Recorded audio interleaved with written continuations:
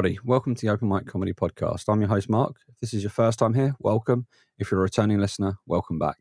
This podcast is here for everyone on the open mic comedy circuit, whether you're a comedian, MC, promoter, or a tutor. Hey, even comedy fans who enjoy watching the stars of the future take their first steps on stage. If you're thinking, I could do that, then this podcast will guide you on what to expect on this crazy circuit from those in the middle of it. Today's guest is someone who thinks Sparkies are better than plumbers. He likes to carry a stick for social distancing. And he comes to us all the way from Australia. He's up late. I'm up early. So please welcome to stage, Mr. Joey Seph. Hello, mate. How are you? Good, thanks, Marc. Thanks for having me on. I've been listening to I've heard most of the podcasts, and Good. It's cool to be on. Most of yours, I should say. Yeah. Yeah. One thing you may notice as we go along is I have a habit of picking up other people's accents. So I might start English at the beginning and might turn Australian by the end. It's something I can't help. I'm a bit the same. Yeah, my wife has like a Greek sort of twang to her accent, and now sometimes when people hear me talk, they think I'm from New Zealand, but I'm just like Australian. Yeah. So you are in the Lounge Down Under. You are our first resident Australian we've had, and we've had one other Australian before, but she's based over here and has been for a number of years. How did you get into this circuit down there then? Yeah, so I sort of started watching like open mic comedy probably in 2017, on and off, and then at the time I was sort of working a lot, so I never really even thought about performing myself because I was just sort of like working around the clock. And then I got a new job a couple of years ago, and I thought, now I actually got some time to maybe join. And then I still needed more encouragement, so I was going to these open mic gigs, and the MC noticed I was coming to a few of them, and he encouraged me to have a crack at it. And then I sort of was like, all right, I need to stop messing around. Next month, I'm coming back. I'm going to perform on stage. Yeah. And that was it? Yeah. Shout out to Jeffrey Charles at Smith's Alternative. Yeah. So no courses, nothing like that? No easing your way in, just my first gig, my first taste of open mic comedy is now literally just doing it. Yeah. Isn't that so different? I do know from listening to your podcast that a lot of the open mic circuit seems to have done some sort of like course, but I feel there are courses available in Canberra, but my guess is that most of the scene hasn't really done them. Or certainly in conversations I've had with the other open micers, none of them have really done a course. But yeah, it sounds like it'd be fun. Like you experience writing a 5-minute set together, and then you go and perform it in front of lots of people. That would have been cool. Yeah, I think the main benefit of the course for a lot of people is it's the thing that gets them up on stage.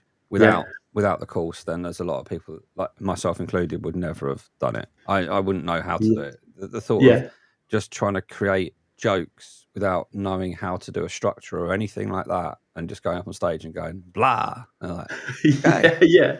I don't know if it works because I from what I've seen from your clips, you're very much how can I put this, a joke comedian, whereas I'm kind of like a little bit of a storyteller, and I always fall into that trap of I'm going to tell a story about something that happened to me that I think is quite funny, but it's not necessarily funny to somebody who wasn't there.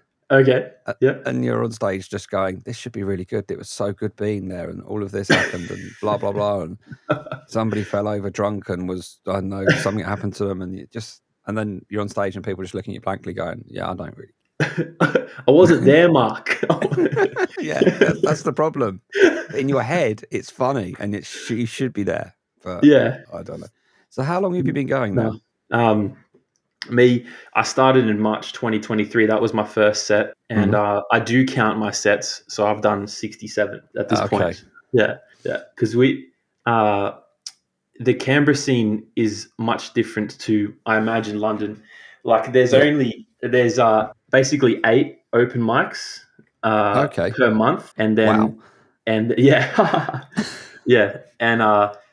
the thing is, like, it's so different to what I've heard on your podcast, Marc, because yours, it's sort of, you sort of sound like you have to send people clips and then you can get on Yep. stage. Here, it's like you just have to contact the MC like a week or two in advance, and you're almost definitely getting on to Right. all of the gigs. And then there's a ninth one that's it's called Sideways, and that one's like almost like a probably what I imagine a paid room would feel like. They always have an MC that does just an incredible job and keeps the room very, very warm. And the room is perfectly built for comedy, and is and that one you don't always get on that one. Yeah, and if you get on it, you have to make sure that. Well, my guess, I always try to do my best there because I want to be asked back. My guess is that if you don't go so well, you might Yeah. not get to have so much fun at that venue again. And I've only done that one 3 times, and they haven't turned me down the last 2 times, so that's good. That's very good. Yeah, It's going well. yeah. So that And must be quite challenging then, with the 8 gigs in a month you can really do. yeah, it's basically all I know. One thing I will say is I did some open mics in Sydney. Mm-hmm. And they sort of had like a similar style to what I imagine London's like, where lots of comedians, maybe like 20, 30 comedians a night. Yeah, because here in Canberra, it's usually just like 12. Yeah, and they're all doing 5 minutes. Because there's 20 or 30 comedians, the crowds can get a bit fatigued. However, the good thing about the Canberra scene is like the crowd is like still listening the whole time, which Mm-hmm. is sort of like you're getting good value for your 8 open mics, I feel, because at least the crowd's like they're there to listen and they heard what you said, and you can get feedback if it was good or bad. Yeah, no, I think that makes a lot of sense. Is that we have various different nights here where you can go and do an open mic where there's 8 people on the bill, or there's 20 plus people on the bill, and you can see the audience fatigue sometimes on the longer ones where it's just like, yeah, the attention span just isn't always there. You especially if you're one of the ones that are on late, the Oh feedback yeah, that you'll get just doesn't. It's not that helpful. You get the practice on the stage, but the feedback might not be there, in which case I think sometimes that can be a bit demoralizing, depending on how the sort of person you are and how you take things. You know, if a yeah. gig goes badly, what's your reaction to it? And if a gig goes well, what's your reaction to it? I'd say most of us judge the quality of a gig by the number of laughs we get. Yeah, yeah, and that's fair enough. Yeah, and then but yeah, just when I felt like when I was in that Sydney sort of scene where the crowd was too fatigued, that's probably like some of the most disheartened I've felt, because I was like, I've come all the way here, and then the crowd's just simply not listening, and you're like, what's Yeah. going on?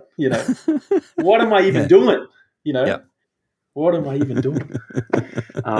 But maybe appreciate my little scene I have down here.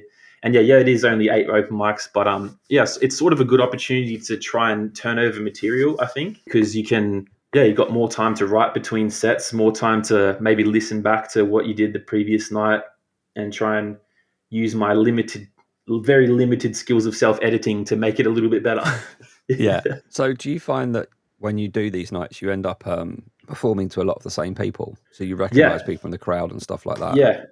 In Canberra, there's not too many like. So I would consider myself like one of the fans who would go to a few like open mics like regularly or somewhat Mm-hmm. regularly. Before I even joined the open mic circuit, I was like sort of one of the guys just watching, probably a couple times every couple months. Well, I just sort of feel like there isn't a lot. There isn't a lot of that many repeat customers that I've recognized. Okay. It just seems to be different people each time. And but yeah, all the comedians in Canberra are really like friendly, and they all will pay attention. Like yeah, we're all paying attention to each other's Yeah. sets, sort of thing. I can forgive other comedians for not listening, because like we're all just starting together, and like we're Yeah. all trying to work out what we're saying. So we do quite well to listen to each other's sets, because we're also worried about what we're going to say ourselves. So how do we? It's really awesome that that we all can listen to each other. And I think it's good as well that if you've not noticed that if the crowd is changing, the faces in the crowd are changing from week to week, you never feel like you have to change the set because somebody else has heard a joke before. So I Yep. guess it still gives you time to refine jokes, and you will be repeating the same stuff. And I'm sure when you go, as we have it a lot in the UK, is that somebody will say to me, "Oh, do you remember that person?" You go, "No." They'll tell a joke about that person. Yes. I Yeah. remember their joke now Yeah. rather than them for the moment, because you get so Yep. bombarded with everything. But you then also get to see how some people develop jokes, and I've seen it happen. And, somebody does a particular routine that ends in a particular way, and then all of a sudden they've changed it, and you've gone, that's so much better. You've done something there, you've tweaked it, Yeah. and changed the whole way you've delivered it. And you've not, like, this person basically gave up the secret of what they were talking about, the comparison they were making early on, but this time they waited right to the end, and it had the impact of bang, you weren't expecting that bit, and Yes. it was just like, that's so much of a better way of doing it. But it's nice to see it as well, especially if you're one of these that pays attention. You learn so much by seeing what somebody else does and how they change things, and then you naturally will start thinking about your own stuff and how can I make it change? How can I change it? How can I make it better? Yeah. One of the comedians on local scene, he does that. Jeff Shen, he works on the same one. He moves all the pieces around like a game of chess and just tries to make it work a bit better. And I've started to. So I've noticed he does that, and I think, like, thanks to your podcast, I think I've been able to pick up other little signals a bit better from other comedians, because from your podcast I learnt about Adam Bloom. I wouldn't have ever stumbled across him from Canberra. So I've got his book and I've been reading that, because I've been struggling with flow. I think I still don't know how I sound on the mic. And I think he's sort of helping me. I don't know, like, I don't have a voice yet. I still don't have, well, what does Joey sound like? I don't have that yet. And I think Adam Bloom's sort of helping me get a little bit closer. Like, I don't still think I'm that close to finding my voice, but his book is helping me. And also, your podcast recommended me the Marc Simmons podcast, and he talks about, like, what characters should be doing what things in your stories, how jokes make sense at the front and the back of the joke, and those are things which are helping. Picking those things up from those podcasts, and then coming to the open mic circuit and watching, my friends and the other open micers do their sets. That's helping me be more attentive. I don't know if that's the right word, but it's helping me pick up on the subtle changes and improvements on their sets.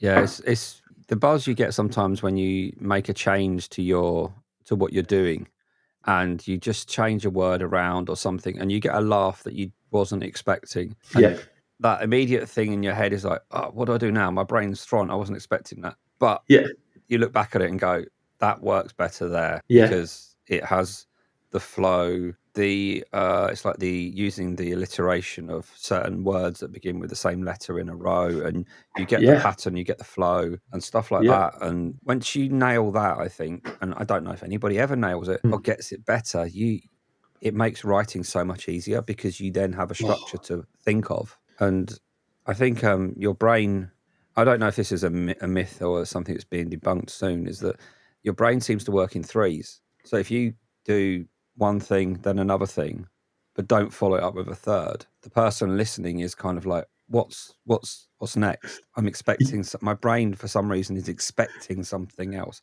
And if you don't give them that thing, there's this disconnect. Oh yeah, I'm Marc. What? I'll tell you a funny story.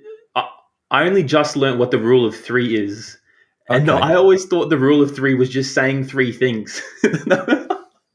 And now I know the rule of three is like, like you explain a fruit, like if you're doing fruit and then you want to break the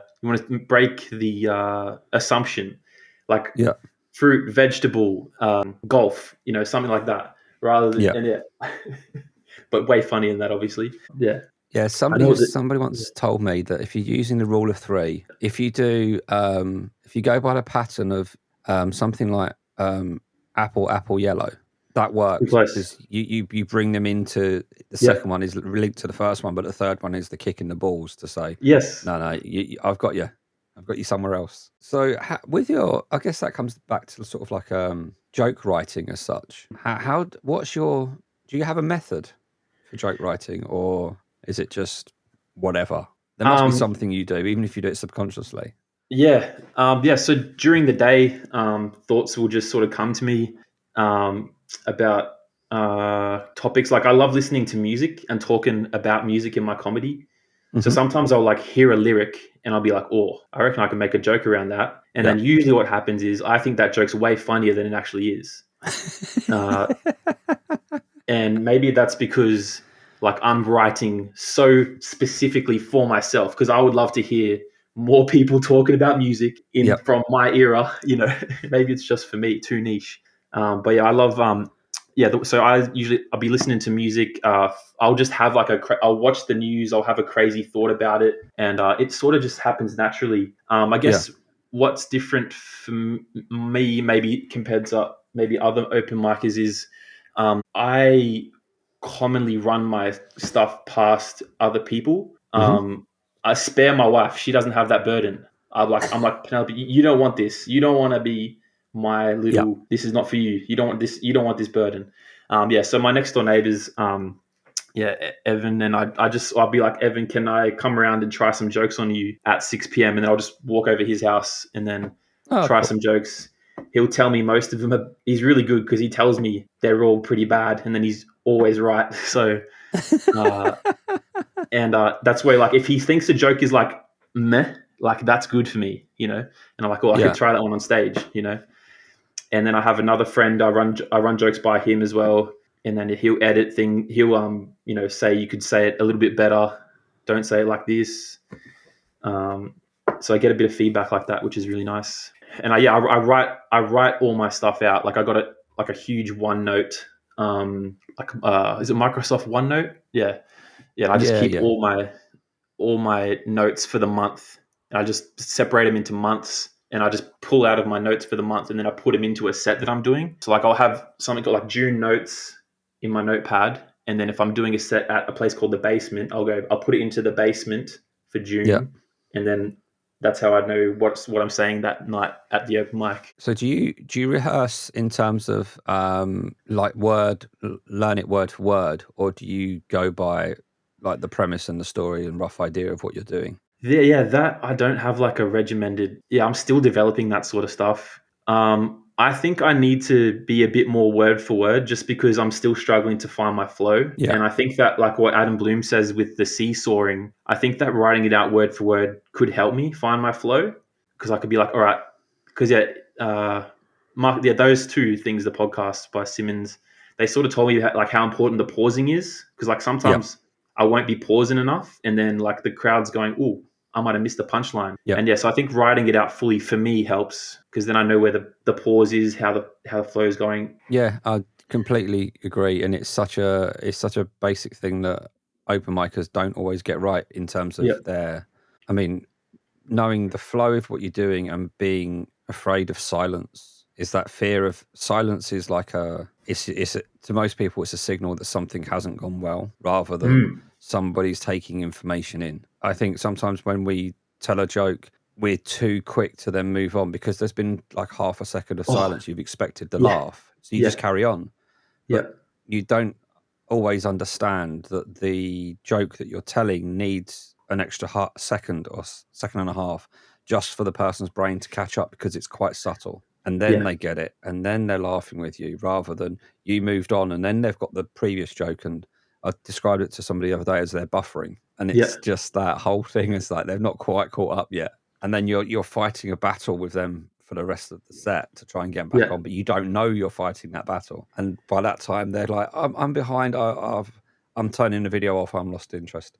yeah. No, that's But like part of learning. Like we did, yeah. Still, so only started last year. We're just sort of figuring this stuff out. yeah, Yeah, you only ever figure it out on stage and looking back and try to understand what's going on. yeah. So that kind of brings on to the topic of we wanted to discuss about mistakes that we make and that we're fixed and stuff we haven't fixed. Oh, So yeah. how what are your what do you what do you do knowingly do wrong but can't stop Well, doing wrong? one thing I've just picked up on myself that I'm doing wrong is I'll write a joke out and then like not even run it past my neighbors or my mate, and I'll just like, oh, why isn't this working? Why isn't this joke? Why can't I make this joke work? But which is like a bad habit because I find that when I say my jokes out loud, even if I'm just talking to myself, sometimes the joke will like come together. So like I find that just saying my own jokes out loud, I can hear how good or bad, mostly bad, that they sound. So like that's a bad habit that I have sometimes. Yeah, I need to get back to just like saying my own jokes out loud because I think you can sort of hear the flow better, or you can hear how wacky it sounds, I guess. Yeah, I find that my thing is I don't rehearse enough, Yeah, and I yeah, know I don't rehearse enough, and I come off yeah, stage and I've done my bit and I've gone, you forgot that, and yeah. I'm sitting there watching somebody else do a bit, and I go, I forgot that bit as well, and I'm just like, I had 7 minutes to do the other day, Oh, but I nice. went on the caveat that it was, can you give me 7, but I'll probably only need 6. Yep, So you yep. don't have to worry about lights and all of that stuff. I will be off stage. I'll set the timer. I won't overrun. And I think I was off in under 5 because I lost my flow. And I got to the point where I did a punchline at the end and the room went really quiet. And I was like, okay, I think I've just died.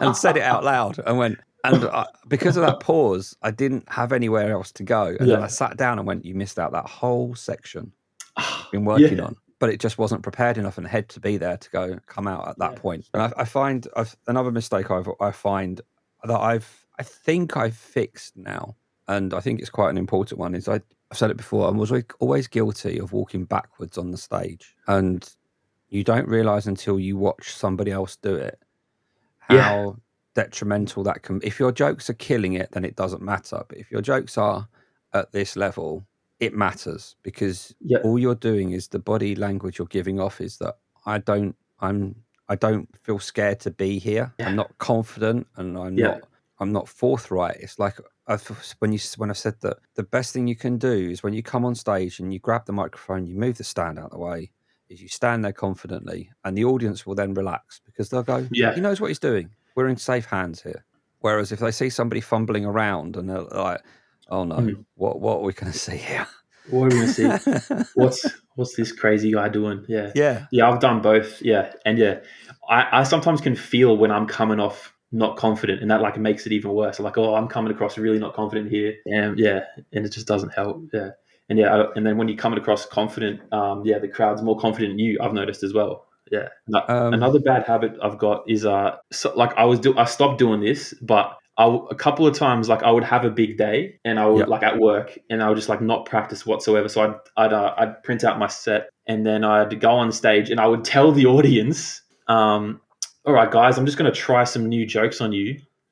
Uh, like I'm just an open mic. Like what? Who do I think I am? You know, yeah, like I'm always just trying new jokes. Like yeah, yeah. My yeah, little pet peeve of open yeah, micers, and yeah, I used to do it and I don't do it anymore, yeah. is when somebody says, for example, or let me give you an example, because Okay. then it feels like you're talking to the audience Mm. like a teacher, Corporate. rather Yeah. than if you was to tell a story in a pub to a friend, you probably wouldn't say, for example, this, for example, you would just say it.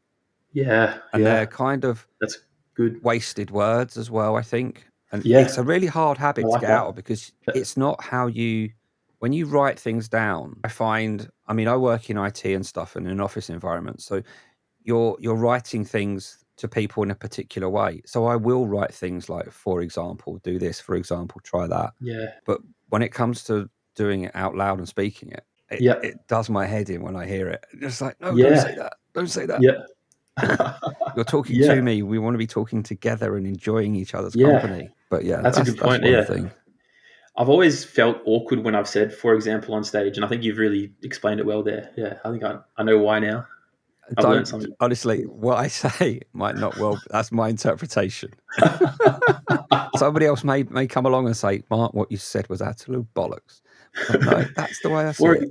Now, for example, is okay. Get the clipboard out and run them all through it. You know. Yeah, that's where it can work if you've got an act that is in Yeah. an office environment and you do use a clipboard or you do use Yeah. something. Yeah. You know, it's part of the character. I would, if I was talking to a mate about football in the pub, I wouldn't be saying, "Oh, for example, they Yeah. should play him here and him here." It's like, no, Yeah. you don't say those. You just say he should be Yeah. there and he should be here and he should be doing this. Yeah. That's it. Yeah. So yeah. Anything else? There's probably lots for both of us. Oh, any other bad habits? Sometimes I think I'm good at comedy. That's a bad habit, you know. Sometimes I'll be like, man, I'm good at this, and then oh, geez, because it's so funny. Like, you know, after doing it for like about over a year or whatever, like I don't think I could listen back to some of my earlier sets, you know. And back then, I thought I was really good, you know. Yeah. Like I just I had thoughts like that. Like I remember after my third ever open mic, I was in my mind after my last joke. I literally had to restrict myself from doing a mic drop. Yeah, who do I think I am? Yeah. And yeah, that's a really bad habit. Yeah, just a crazy ego at some. Yeah, that's what I think sometimes. Yeah, Yeah. I need to stop doing that because I'm not that good. Yeah, It's such it's a journey that I yeah, don't think it ever really has a final destination, because yeah, even the best comedians in the world, they strive to be better than the last special they did on Netflix and earn more yeah, money than they did before and perform to more people and do that. So they're always having to create something extra. Except they're creating something extra for millions of people. We're creating something extra for 20, 30, however many's in the room and stuff like that. So can you remember the first ever joke you ever told, whether it's as a child or the first time you ever did Oh, one on stage? okay. I remember I was at I think a school camp, and they had like a entertainment night or whatever, Yeah. and I stole a Tim Vine joke. I was like, Velcro, what a ripoff. Yeah. Yeah. And I think I followed that with three other jokes that I stole straight from Tim Vine. Yeah. Yeah. Yeah, he's really intelligent. I've actually not really watched much of his stuff since high school. But yeah, they were incredible one-liners, and I really loved them at the time. Yeah. Yeah. He's Um, still very, very, very good. yeah. He's Yeah. Adam Bloom talks about him in the book. So yeah, he must yeah. be like, yeah, because he was on TV here because I think he was on the Melbourne International Comedy Festival, Tim Vine, Okay. about 15 years ago. So yeah, he's obviously really well respected in England as well. And then my first joke ever on stage was this is what it was. It goes, historically, I don't think music became good until T-Pain, because before T-Pain, music was only pain.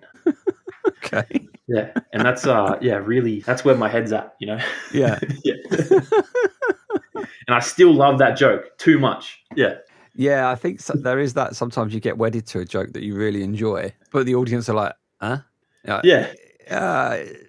That comes down to like the whole playing for the audience you're in, isn't it? I mean, I do a little bit where I talk about silly things that I've thought of. Like the wife will ask me, "What's the what you thinking?" And I'll answer with just daft shit. So the first one was always like, "Do dogs lick humans because we're full of bones?" And that's like a little slow burn, and then the audience come on board with that one, and then it was followed up by like, I think the next one generally was 72 hour deodorant. Who came up with that? Who wakes up on a Monday, reaches for the Lynx Africa, is what we have over here, and says, "Well, fuck me, I'm done till Thursday," and that always gets a really good laugh. Yeah, nice. Yeah. But then sometimes I followed it up with, and this is age appropriate. This is where I've learned this. Is like, was everybody really kung fu fighting? What, everyone everywhere? And sometimes you get the room looking at you going, I'm 22 years old. I've got no idea what you're talking about. Yeah. And it's like, so I have to scan the audience before I do it. And try and decipher if that's going to work or not, or if I'll chuck another one in. Because I tried a new one and it was just far too. The gig I did was in it was in a venue, but its theme was like a punk venue. Yeah. So you're in like this underground archway, and it's a really cool venue. And I did the bones, and I did the deodorant, and then I went, and what even is a Casbah? And everyone was like, what? I was just like, rock the Casbah. We're in a punk venue. Okay. Yeah. So it was too subtle, and it was just like, no, that's not going to work. That one's shelved after go one. Yeah. I don't even think that worked with the older audience. Yeah, need an older audience. You almost need to go to like whichever band sung that and just go to one of their reunion and be like, guys, I got a joke for you. Yeah. I was even going to the venue, Googling, what is the Casbah? What is it? Just literally find the Casbah. Because the last thing I wanted was, in my head, this is what happens. In my head, my brain's going, what if somebody shouts out, it's this? And I'll be like, I don't know. But I got no reaction at all. So it's like, okay, move on. Yeah. What do you think about crowd work, Marc? Are you interested in doing it, and do you see the value in it? Yeah. I see lots of value in it, but I only see value in it when you have, I think it's a difficult thing to do if you're one of the first acts up, but when you're sort of midway in the bill or near the end, and you scope the room, and you can see who wants to join in and who doesn't. Yeah. And you should never ever pick the one that wants to join in, because they want to join in too much.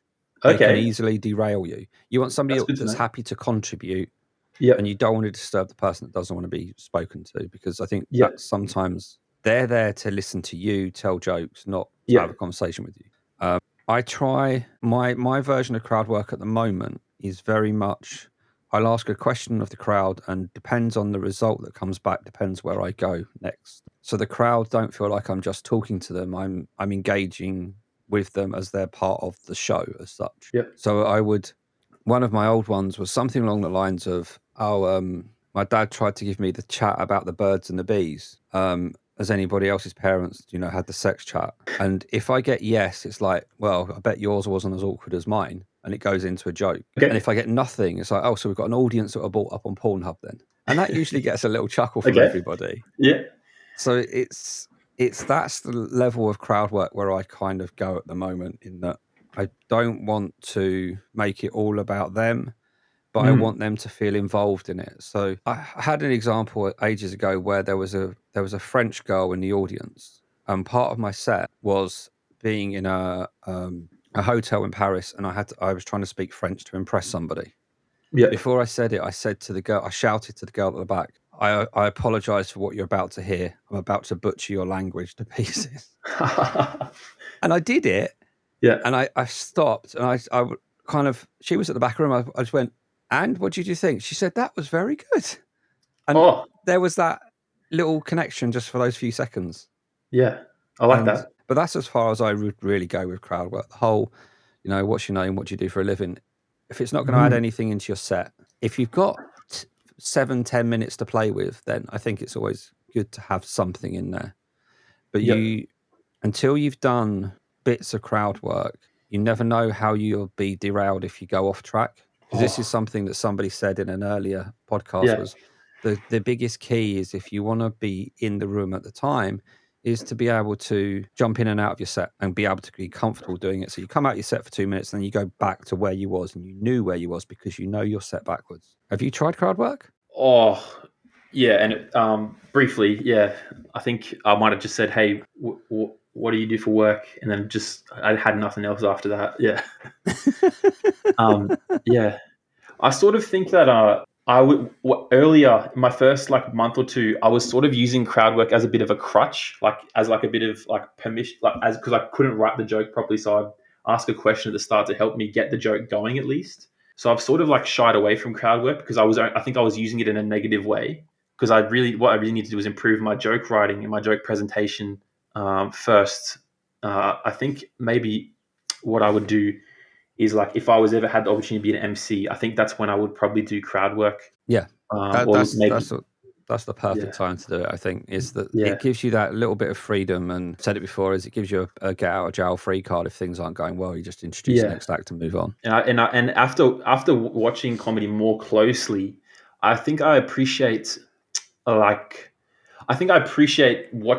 as an audience member who's now done open mics for a bit. I just like people doing jokes really well. I'm not so keen for the crowd work. I don't enjoy it. I think I enjoyed it a lot more when I was just a fan. But now I notice when I'm watching comedy, I'm not really that interested in crowd work, because I just want to hear really clever, smart, or strong personality jokes. So that's sort of the way I consume crowd work has changed after starting getting on the open mic circuit. Has it changed? Do you feel the same? Yeah. My comedy history before getting on the open mic circuit was never about open mics. I didn't know what open mics were, to be perfectly honest. I always assumed an open mic was some guy up with a guitar and another person reading poetry, and that was kind of it. Yeah. But then when I've now got into this, I even look at professional comedians now, and I look at what they're doing and kind of studying what's going on. Yes. And their movements and their pauses. But it's such a difficult thing to do, because when you're an open mic comic, you're trying to win a crowd over who don't know you. Whereas if you're Billy Connolly or whoever, there's 5,000 people that are paid money to come and see you. So they're going to like you. It's like going to see your band, isn't it? That you enjoy watching. Yeah. You know you're going to enjoy it. They have to do something really bad to make it a terrible night. Oh, yeah. Yeah. So you've already won half the battle because they've wanted to come and see you. But on an open mic circuit, it's not. You're trying to win them over. Yeah, come do that in an open micer, Jim Jeffries. Come down to our level, you know? Dave Chappelle, come down with us and see if you can hang. See how that's the interesting thing is I do wonder how some professional comedians would handle it doing an open mic night in front of people that don't know who they are. It's very rare that's going to happen because I don't know what the scene is in terms of headliners you have over there for open mic nights, but we've got a few nights in London where headliners that come about are they're known names, and I'm assuming you're going to know someone like a friend of mine who runs a night. One of his headliners at the start of the year was Al Murray. And you're talking like this is a renowned comedian that performs to thousands of people every single night, prominent on social media. Everybody knows who he is. Everyone knows his character, the pub landlord. And he's there performing in front of 60 people in the back room of a pub alongside people like me. Or did you get to just share the stage with him? I didn't know, but I know a few people that did. And that's cool, man. That's really cool. Yeah, because it's weird. You get on this scene because there's so many nights to pick from. You do get the odd person that will drop in, and there's a friend of mine that I can't remember who. She said something along the lines of, "I've just done my 10th open mic, and I never expected to see." I can't remember the comedian's name in the crowd. There was just a comedian that was passing by, popped in, just sat down and watched from the audience, and he's like, "This dude's on TV a lot, he's famous." He's just popped into the basement of a pub.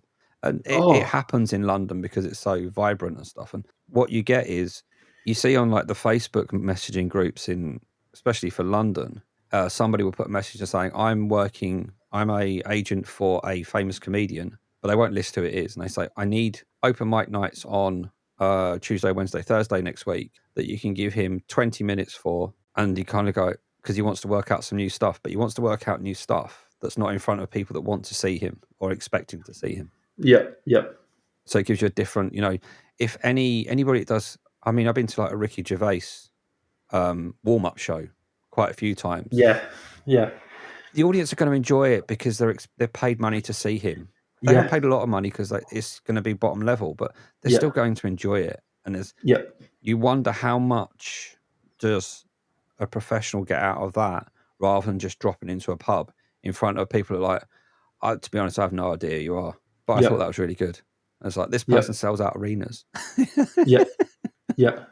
And how good is that to see him in such a intimate venue? That would be a great experience. Yeah. Yeah, because I think he said, I asked him how it went after, and he said he was such a lovely guy. He said before he went on stage, I asked him, because I'm sure you're aware of his act. He goes on with beer and stuff, and he's the pub landlord.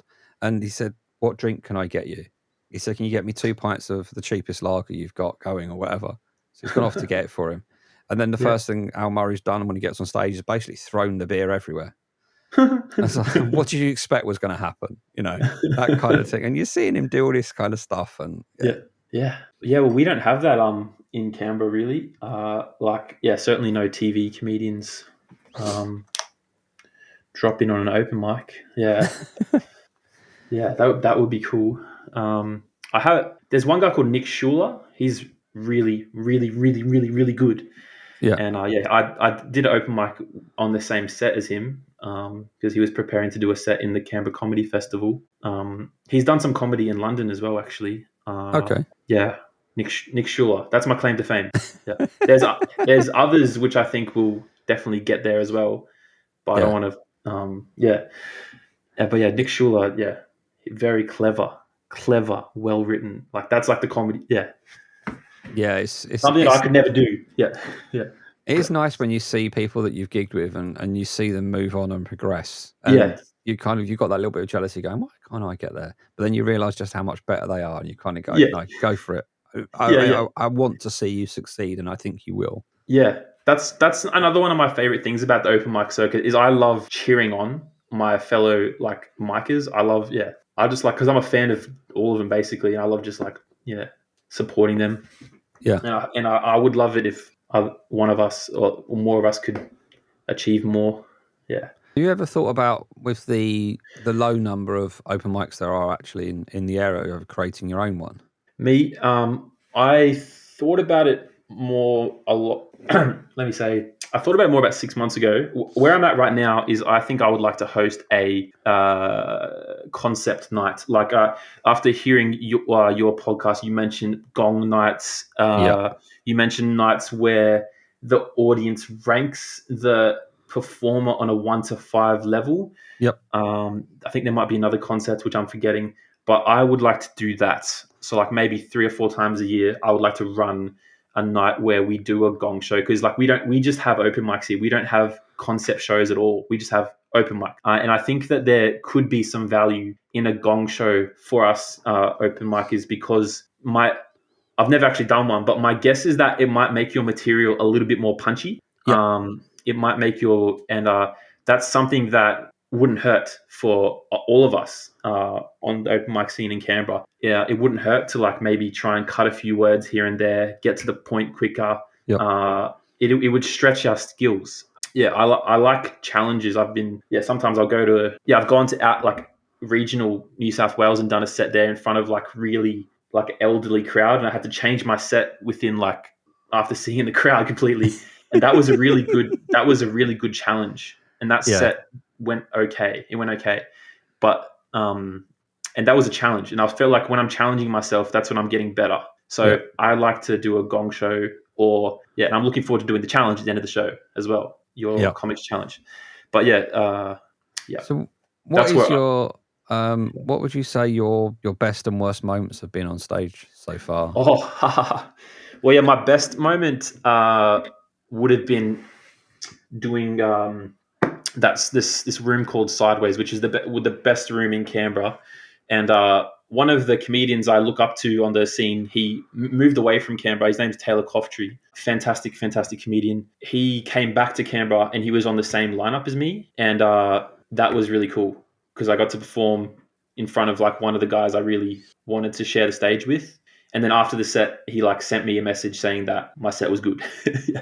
So and then I sent that to my family and be like, "Oh, this good comedian said I was good." Yeah, You're all wrong. yeah, yeah. Go over to my neighbor's house. See, people do believe in me. Yeah, yeah. Go to my quality checkers. Yeah, so my best, that would be my best moment. Probably just I love getting people saying I love making my mum and dad and my family laugh. I love just showing them my sets, because my family live in Queensland. I love Mhm. just playing my sets for them because they actually never get to see me, Okay. and that just watching them laugh is probably Yeah. one of my best moments as well. I like that. Yeah. What about worst? Oh, worst. Oh man, I've got one for you, Mark. Okay. 2 weeks ago, I tried this set, which this is fresh. It was involved tech and audio, two Mhm. separate audio clips. Two separate audio clips. Yeah. Now, this is the first time I did this. I had my radio was too quiet. The audience couldn't hear me. That was a horror show. Then the Yeah. next show after that, I quality checked it at home. I tested it would connect up my radio. And then when I got to the open mic, I played my audio, and then again, just coming through the laptop. So the whole crowd didn't hear it again. And Right. and it was just me fuffing around on a laptop for 5 minutes. Absolute, like it's literally, I don't know, that must be close to an open micer's nightmare or my nightmare. Yeah, like it was just a waste of 5 minutes, because that's the thing when we're on the scene, like we're driving, like we do 5 minutes each night, but we're actually there for like it's a 2 or 3 hour thing, because you go Yep. there, you come back, you're watching it all. It's so like that was the worst moment, I think, because just the absolute waste of 5 minutes. And and then when you put together with all the time you spent getting there, it was really bad. Yeah. Another one was just me biting off more than I can chew, probably around gig 20, probably about 3 or 4 months in, and I thought I wanted to riff on what the comedian said before me with an idea I just had bumming around in my head, Mhm. and it was just me bombing hard bombing for like 2 minutes with just like, who knows if it made sense. Like, I just wanted to talk about, because in Australia we do this thing called house tours. Okay. Well, it just seems like whenever someone buys a house, they show you around their house, like you even care. Like I don't even. And then it was like me riffing on that really poorly, because Yeah. I Really think it's cool. good to mention something about the previous person's set or something about the MC, because then it makes the night flow. But you Yeah, make it as like a one line comment about something ridiculous, yeah, and you then manage to keep it turns your 5 minutes into part of a show. And yep, for the audience members, to them, it's like this continuous thing of there's no real breaks of what people are talking about because everything flows into another one. yep. It helps so much to listen and then bounce off what another comedian says. I've done it well on other occasions, yeah, Yeah. and it's good to keep it short and sharp. Yeah. Yeah, short and sharp because it shows you're conscious, shows you're listening. Shows a bit of wit, shows you're in the room. Because sometimes you watch one of us open micers and like, oh, is he even in the room with me, or is he just like reading off his brain or something like that? It Yeah. helps you feel like you're in the room with them. Yeah, I So like doing that. with that, do you have the ability? Because some places in London, they'll allow you to like Bluetooth to their sound system. Yep, So we could connect we the phone up, and then you just have the phone in your hand, press play on the clip you wanted, and it'll come through all the audio above you. So you're like, I don't have to mess about with that. yeah. There's one venue where you can connect. No, we can't do that. I sort of like send them an audio clip, and then I sort of give them like a signal to play the Yep. audio that I want played. But yeah, the things I've been experimenting with lately, I'm just trying to be really self sufficient. Okay. I want to be able to go on. I want to just go anywhere and use my radio and my laptop and just boom play my audio files if I need. Um, I think that you could do it at only one of the venues. I think you could do it basically out of Yeah. the 7 venues there are where you connect up to the place's Bluetooth system. But it would take a bit of, and then it would take a bit of setup. And I just feel like it's easier for the MC, especially at this level, if I just Just do it go all on. myself. Yeah, and the idea is to get better at doing it all yourself because I've seen proper comedians just do it all themselves. And if you do it all yourself, nothing can go wrong In unless you theory. mess it up yourself, which I've done. Which I've done. I've literally never done this audio stuff I've been trying lately properly yet. I've not done it. I've not done it Yeah. flawlessly yet. Yeah. Okay. Last time my So clicker wasn't working. Yeah. yeah, Yeah. they Yeah. can be. I think they can be the best thing in the world, but also the biggest hindrance in the world, because the moment you click and Yeah. something doesn't come out immediately, your brain immediately goes, it hasn't worked, I better click again. But it's then started and you've just paused it again. And you're just like, Exactly. oh, come on. Yeah. Not now. Not for the 3rd time in a row.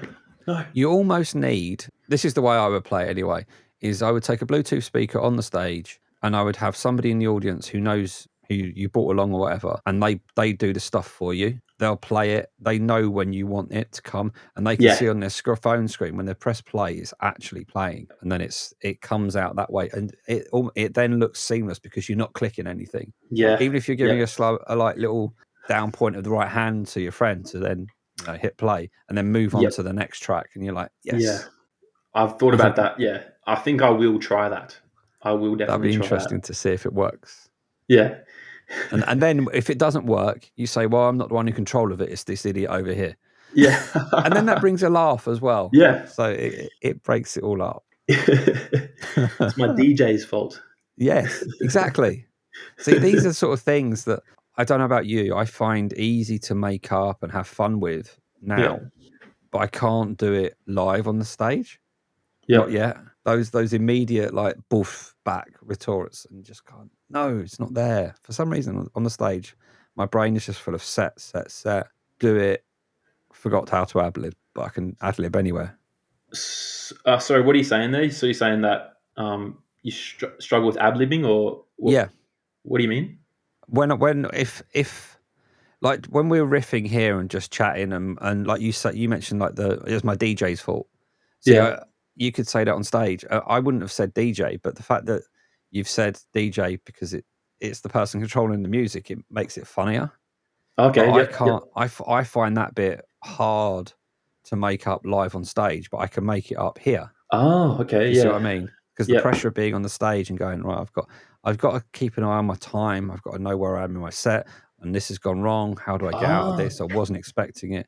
And it's almost like the more you practice when it goes wrong, the more prepared you are, and you have that a way out for anything. But so we also touched on when things don't go well then.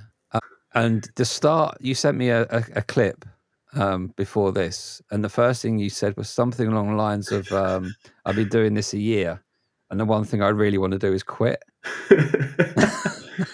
Yeah, let me. Let me say the joke. I'll go. Look, the first time I hopped up on stage was about a year ago, and at the end of that 5 minute set, I found a new purpose. I knew what I had to do: quit comedy. Yeah. Yeah. Yeah, that sort of joke. I had about a month where I just because I do keep all my notes really well sorted, and yeah, in the month of May, it's nothing but terrible jokes. Not like even like sometimes you write a joke and you're like, oh, at least this might have some legs. And yeah, just a whole month of just none of these jokes have legs. And when I think about quitting comedy, it's because I don't really get. I'm not sure how much I look forward to getting on stage yet. It's something that I hope that I will develop.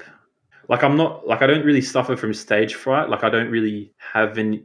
But I don't get like a huge thrill about getting on stage, Okay. which I feel like I see other comedians, they get a thrill out of just being on stage. Like there's a thrill about performing and having all these eyes on you. I'm just not sure if I feel that. So that's what makes me think that maybe I'm not really fully enjoying this. Well, I hope that as I get better, because I enjoy joke writing and then developing, unleashing all these creative thoughts I might have, and then curating them, cutting them down, and making them better, and vetting them with friends, and showing my family when I've done like a good set.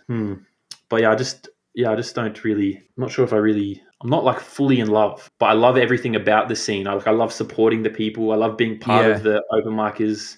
But yeah, it's a difficult scene, especially if you I get a thrill going on stage. I look forward to it. Yeah. When I get to the venue, I'm excited. If the act that's on me is on the stage and then I'm next, I'm petrified. Yeah. I start. But if I then know that I've got a couple of openers that I know work really well. Yeah. And if I bring one of them back and that hits, I can then relax into it because I know I'm part of it and I know I'm now comfortable because I've got that first laugh. I'm not fighting a losing battle. But then I've had the worst part about me is when I come off stage because I'm always fairly negative on what I've done. I'm completely ultra critical. Like the other night, I think I haven't actually watched it back now. For the first 3.5, 4 minutes, it went really, really well. I was getting regular laughs. People were not joining in, but I was asking questions of the audience and I was getting responses. So they were part of it. And then I did the joke that just went completely flat. And it wasn't offensive or anything. I just think people just didn't understand the joke. And that I came off thinking that gig went awful. And my mate was like, mate, you were fine. You were absolutely fine. I'm like, no, it felt terrible because of that end bit. He said, you're overthinking this. He said, all the stuff you did leading up to that seemed to work. You had something. And he said the version of that joke that you didn't think went well that I've seen you do before was much better. And that's part of the learning process because I do a bit where I list out the starting 11 of a football match in that I can't remember something that happens tomorrow, but I can remember something that happened 37 years ago. And I can go through and I list out, and I've done it 2 or 3 times now. And when I get to the end, first time I ever did it, I got a big round of applause because it was like number 1, number 2, number 3. And it was going through. And then I'd add little ditty bits in about those players. But they didn't really matter. They're only there to enforce the point of my brain is so stupid that it can remember that, but it can't remember that I booked a cinema ticket for tomorrow. And I got to the point where sometimes when I'm doing that, I'm going through the lineup, I get to like number 7, and I can feel like the audience is getting a little bit tired of it. They're like, we've got the point. So I shortened it to something completely, well, on the same theme, but slightly different in that I could name every statistic about the game. So the score, the time of the first goal scorer down to the second, who the next 2 goal scorers was and who the last one was, and even what the attendance was. And that was in 1987. And I was there. I can remember that. And it's genuinely, I can remember it. And that's what I threw in. I thought I'd make it shorter and try that. And that's where it went kind of flat. And I tried to do it in such a way that I say, I can't remember the cinema ticket, but I can remember the first ever Arsenal match I went to, it was this team against this happened, and that was on the 20th of April 1987, and I was expecting when they got the date, they would be like, okay, that's quite funny, but I got nothing. I was just like, damn. That's where you thought the laugh was. That's where I thought it was, but that's clearly not where the laugh is. The laugh is probably actually in the ridiculousness of going through the full 11. Yeah, and it's get funnier each one, maybe. Yeah, but it's kind of trying to keep it entertaining for everybody. But quitting, I find, is a regular occurrence for us. I mean, unless you've nailed everything you've ever done, there's going to be a point where you've gone. I mean, at the start of this year, I was extremely close to throwing the towel in. So close. I've mentioned it before. I'd done a gong show, and at this gong show, you got 2 minutes grace period, and then they could get rid of you. I literally got 2 minutes, and then they got rid of me straight away. I was gone straight away. I can see why. And I was just like, I came off in my head when I do things or anybody does things, the aim is to improve.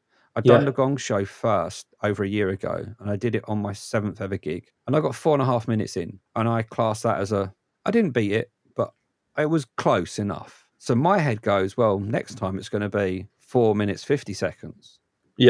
Not 2 minutes. And I'll get better next time, but you didn't. I came off, and there's a group of people that I'm friendly with on the circuit, and I just messaged them because they knew I was doing it. How did it go? Terrible.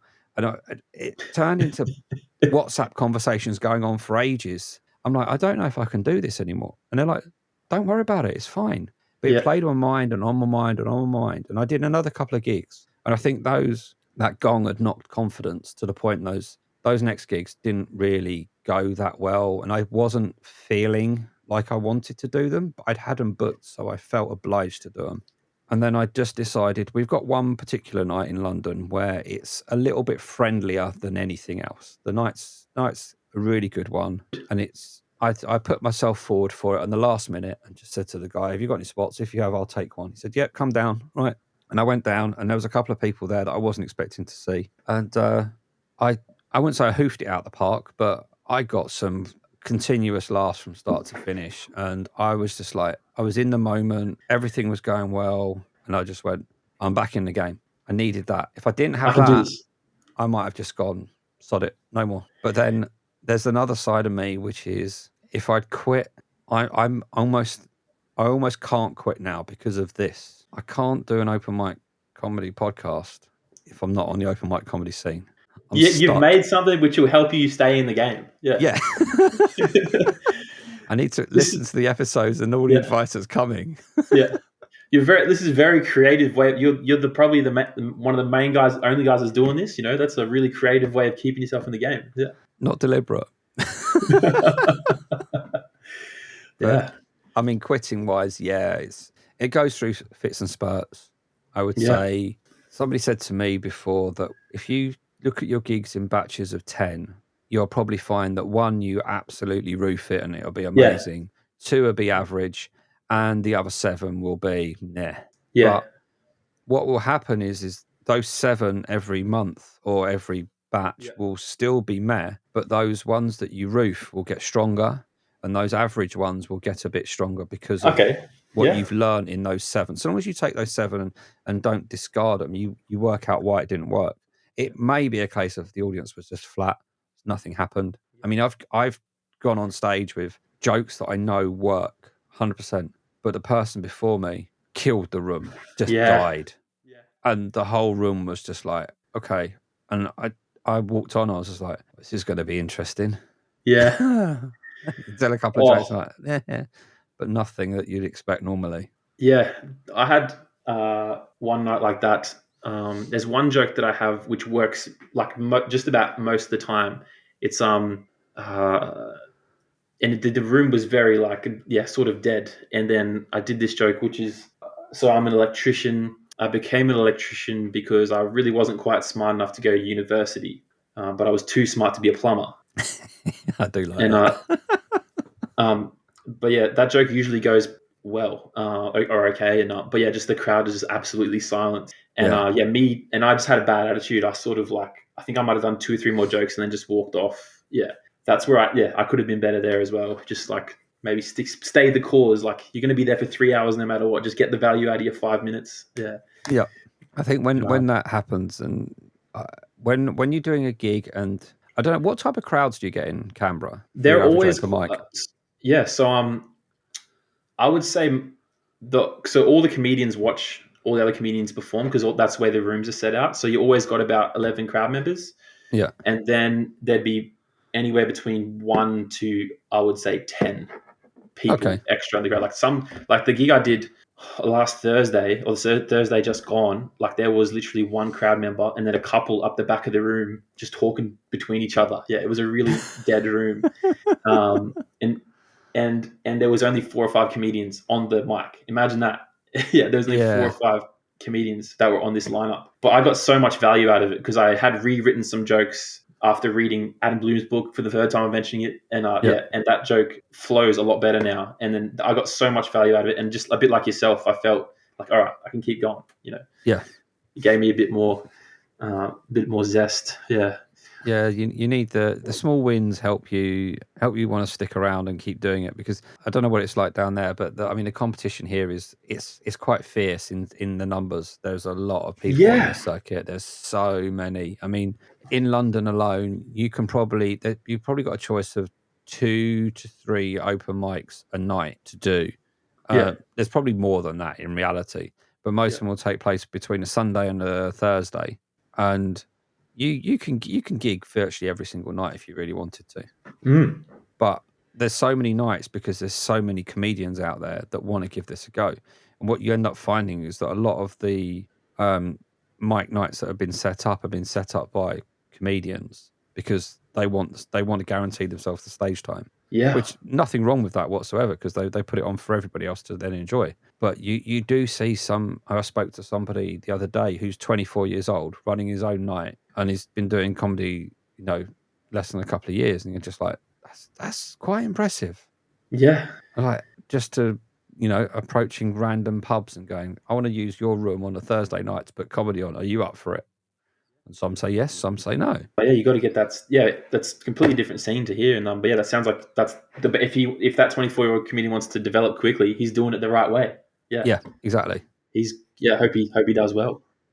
Yeah. So how do you see? Because when I look into the future, like in 5 years' time, I feel like my style will be completely different. Do you feel that way? Do you feel like your way of telling jokes now will change a lot, or do you reckon you will stay the same sort of style? I think primarily it will probably stay the same style, because it's very much a storyteller. I think the only thing I'm really trying to do is punch the jokes down a bit so that they are a lot punchier, a lot shorter, cuts out the waffle. So it almost becomes like it's a one-liner joke, but it's a one-liner that fits a story and a narrative. I've always been quite keen to experiment with character comedy, because we got one really good one in Canberra called Chris Martin. There's a lot of people I see coming through now, and because people like us, we do similar kind of things, we have similar traits, whereas a character is completely off the chart. Yeah, completely different. It's not like anything else. And I've thought about it. I've got an idea. I did a workshop, and they said one thing I'd like you to do is create a character in this workshop. Describe them. Tell me how they're dressed. Tell me how they speak, and all of that kind of stuff. Okay. They said what I want you to then do, and I haven't done this. I should have done, is every week open up that notepad on that page and write something else about the character. Is he married? Is he single? Is he? Is he she? Whatever it is. And then you keep going. And then over a period of a few months, you build up a proper rounded character. Yep. In which case you can then try to develop how they speak, what their sense of humor is to the type of jokes that they would tell. Because I've got an idea in my head of being coming on as I work in IT. So coming on as the typical IT dull guy, in a nice little woolen tie, tight shirt or whatever, trousers, and basically come onto the stage and say something along the lines of, my name's Marc, I'm the best lover you'll ever have. Yeah, okay. In that kind of voice. It's like, Dull. I can get any of this audience into bed, Oh, and everyone's yes, I like, like this. "What's going on?" I like this. And the whole thing is like, I work in IT. I program on Tinder and Grinder. So all of you have been laid because of these fingers here. All of you have had orgasms because of what this does. And do it like that. But I've Yes. never. Yeah, do it. The problem I've got is that I've never, until I nail down what I do now and know that I've always got that to fall back on, I'm scared to develop into something else. Yeah. Because the first time I do that, it's going to be crap. Because it's not going to be prepared. It's not going to be sorted. It's not. There's going to be loads of things. I don't even know what I'll do. Because I'd love to do it where you get onto a stage of like a little plectrum where you put like a piece of paper down, you know, as if you're giving like a teacher's talk kind of thing, or an office talk. Well, you've already got a good opener. So Yeah. that's a great opener as it is. Come and dress like that and looking really down and then saying, I'll make love. Yeah.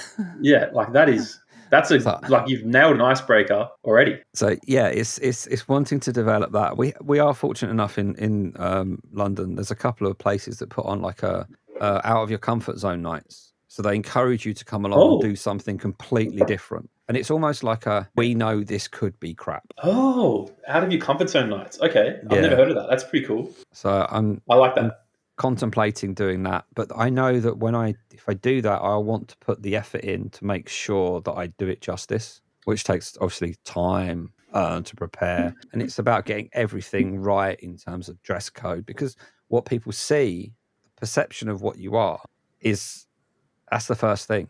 They have an image. They have this perception now. They've seen how you've dressed and how you've walked on stage. You know, it's going to be one of those where I have to go on stage and I have to be awkward. Yeah. So I can't go up and shake the MC's hand or give him a fist pump. It's got to be like, no, get away from me. That's good. So creating it's all tension. those little subtle things that I've learned, but I've never put into practice. Yep. But yeah, it's something I'd love to try at some point. We'll see. Wow. Yeah. What's your favorite thing you've seen out of your comfort zone, if I might ask? Because this sounds like a concept I would really like, because I like leaving my comfort zone. It's more about seeing people do character. Most people tend to do character comedy. They do. Okay. That when they're not a character. You know, you've seen them do stand up as themselves normally. Yeah. And then all of a sudden they'll come on and there'll be something completely bizarre. Or you get somebody that you know that just tells standard jokes, but they'll come on with guitar and they'll do musical comedy. You see stuff like that, and you just like you see the talent that a lot of these people have out there, and you just sit there in admiration, going, "Yeah, that's pretty cool." That would be great. Like a bloke's just telling jokes and comes in with a guitar, and no one knows that he can actually play it. Yeah. Yeah, that would be awesome. Yeah. This is the thing, this is something I've learned with this podcast as well, is that I've interviewed people that are award-winning writers and directors. And I didn't know they were until I've started speaking to them and done some research. You know, I've asked them, do you want to come on a podcast? I've seen you on stage. I enjoyed sharing the stage with you, and that's it. I've seen you do your 5-7 minutes. We've had a laugh. Come along, let's have a chat. And then you go, oh no, this person has like 15,000 Instagram followers. Yeah. He's an award-winning writer from America. He's currently directing a film. And you're just like, what the are you doing on an open mic comedy stage? It's just amazing the background that people have. Have you thought of doing anything different? Anything different? I feel like I'm doing things different a fair bit. This audio stuff I've been doing lately, that's brand new. I've danced on stage. I've sung. I can't sing, but I've sung on stage. Okay. That's actually an extension of that joke before. I play the song "Billionaire" by Bruno Mars, and instead of saying I want to be a billionaire so fucking bad, I say I want to quit comedy so fucking bad. Yeah, if someone gave me a challenge, I would. Yeah, I'd love to do it. Yeah, I'd be open to anything, because I've done a fair few different things, because I'm still trying to find what I sound like and what I like doing. I think I like being experimental. Like I don't know what. Yeah, I'm still trying to find who I am as a comic. Cool. So I'm trying heaps of things. One of the comedians I really respect said, just enjoy the first 2 years you're doing stand up, because it'll be the most fun you'll ever have. Which was interesting, because he does pay gigs all the time now, and I guess I'm sort of taking that advice. I'm sort of just trying to have as much fun as I can, but also trying to stretch boundaries. Yeah, I think it's somebody said to me is that the first 50, 60, 70 gigs you'll do is just about getting comfortable on a stage. Yeah. And by comfortable, I don't mean not being nervous. They mean that you can, like dipping in and out of sets, you can have a little bit of a riff with an audience member for a couple of seconds. And as you build up those little bits in your repertoire, everything else starts to come together. Because when you see some of the professionals on stage and how they just go about things, and they'll just, an audience member just suddenly walks past and they make a comment about them or something like that, and it all adds to the experience and the night and your confidence and how you come across. And I think it's still a learning phase. It really is, but it's a learning phase with a lot of fun. So if you were to become super famous one day, and you're out playing the first gig in front of thousands upon thousands of people, and you've got your set nailed down, and then you have to think about what's the walk-on music you'll get onto the stage with. What is it? I would love if you asked me after my third ever open mic gig, if you could ask me this question back then. I would have probably said something like, after Ricky Gervais opens for me on my next show, because the song I would like is Unwell by Matchbox 20. The lyrics, I'm not crazy, I'm just a little impaired, is like something I have really been resonating with. Yeah. Because that's something like what I feel is part of my personality. Okay. I'd love to be able to show my personality on stage. I think I do that, but I think that's a good summary of what I do with my comedy. And cool song. I'm not crazy, I'm just a little impaired. No, it's good. I think there's so many different ways you can take this question in terms of if you want it to be something that reflects your set, something that reflects yourself, or if it's something that you want to throw a complete curveball out there and do something really, it's like if you get somebody that's playing big drum and bass music and then comes on and is very dour, low, sounds grumpy. You've got that contrast, and you've completely thrown you pulled the rug out from under the audience. They're expecting this go, go, go, and it's like, hello, my name's Marc. How you doing? And you just... I make love really well, and I'm an IT nerd, and in a woolen jacket. I'm gagging to try the line. I bet something like I bet these fingers have made all of you have an orgasm at some point, or something like that. I think that's going to be like and then everyone's confused. I used to program for Grindr and Tinder. Yes, I'll look forward to hearing it. However, I do. Yeah. It might never. This might be the one and only time it ever gets heard. You can make it. You could write your little in page 101 of the bad jokes by Sid Finch. You could put one in there by Mark Cox. Oh, I found this one here. That's quite a neat segue, because I've actually got that book in my hand now. Oh, yeah. Yep. So if you're up for this challenge, I'm sure you are. You sound like you are. Yeah.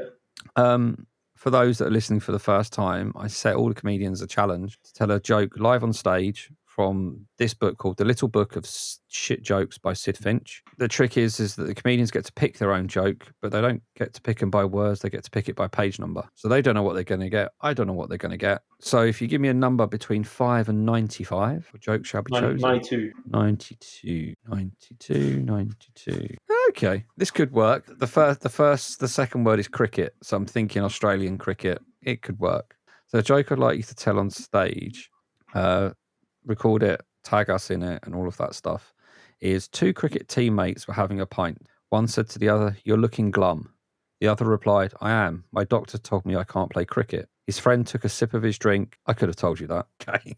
That's a challenge. Yeah. Two cricket teammates were having a pint. One said to the other, "You're looking glum." The other replied, "I am. My doctor told me I can't play cricket." His friend took a sip of his drink and said, "I could have told you that." Okay, I get the joke. I get the joke. That's a challenge, and I look forward to trying it. Yep. Trust me, there's been some really bad ones.